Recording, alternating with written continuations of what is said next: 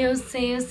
Se você não é a pessoa que gosta desse batuque, provavelmente você conhece alguém que gosta ou que faz.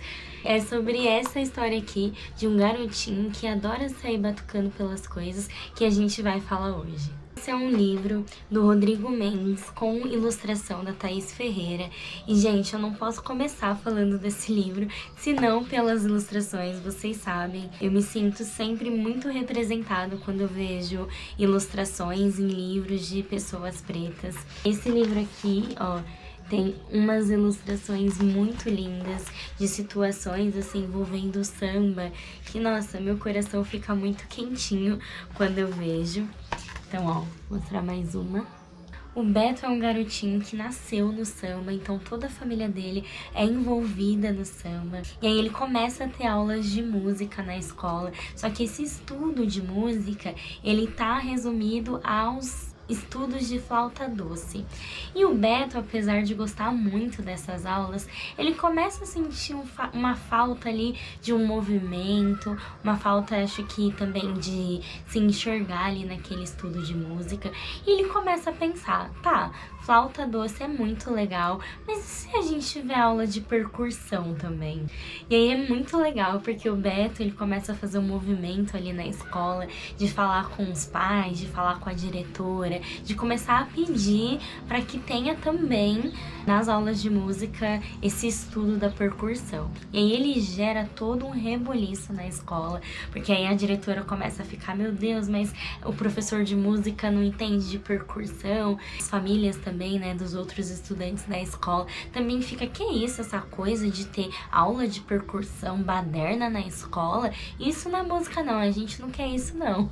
E aí o Beto, ele começa a convocar os próprios pais dele para apresentar o samba, apresentar a percussão para essas famílias que não conhecem.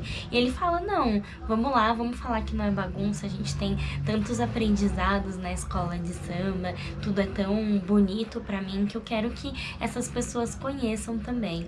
E aí é muito legal também o quanto esse movimento é importante, né, de você virar para uma pessoa que tem saberes ali, que nem sempre são legitimados pela academia, pela escola, por um diploma, mas que são saberes extremamente potentes, né? Como, por exemplo, você saber tocar um instrumento, seja ele qual for, mas principalmente de percussão. E aí depois, né, de causar todo esse protesto na escola, as outras famílias das crianças acabam aprovando o projeto de, além da flauta doce, ter aula de percussão também. Então a história, por si só, desse livro aqui, da editora Quitembo, por si só já é muita coisa, né? Mas queria chamar a atenção para a importância, mais uma vez, né? Eu sempre falo muito sobre isso aqui nos vídeos, a importância da gente se enxergar naquilo que a gente faz, né? E aí, vocês sabiam de uma coisa? Existe duas leis que tornam obrigatório o ensino das culturas afro-brasileiras, africanas, indígenas, obrigatórias no ensino fundamental e médio. Vocês sabiam disso? E embora isso seja um super avanço, né, pra gente tornar a nossa educação básica um pouco mais antirracista e plural, é muito doido pensar que essas leis, elas são extremamente recentes. A primeira é de 2003, é a Lei 10.639, e a segunda, um pouco mais recente, é de 2008, que é a Lei 11.645.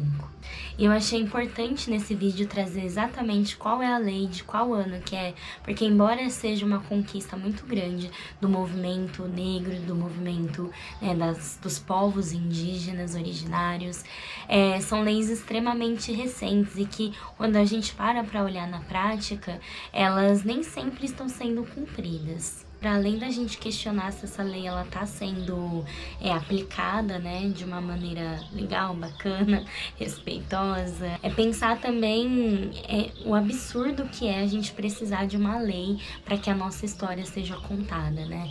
Porque enquanto a gente não tinha essa lei, a nossa história ela sempre foi esquecida ou foi contada pela perspectiva do colonizador, né? Por isso que eu questiono a gente pensar sobre a importância dessa lei, porque aí mesmo tendo a lei, a gente ainda tem que questionar e ficar atento para ver se essa lei ela tá sendo aplicada de fato.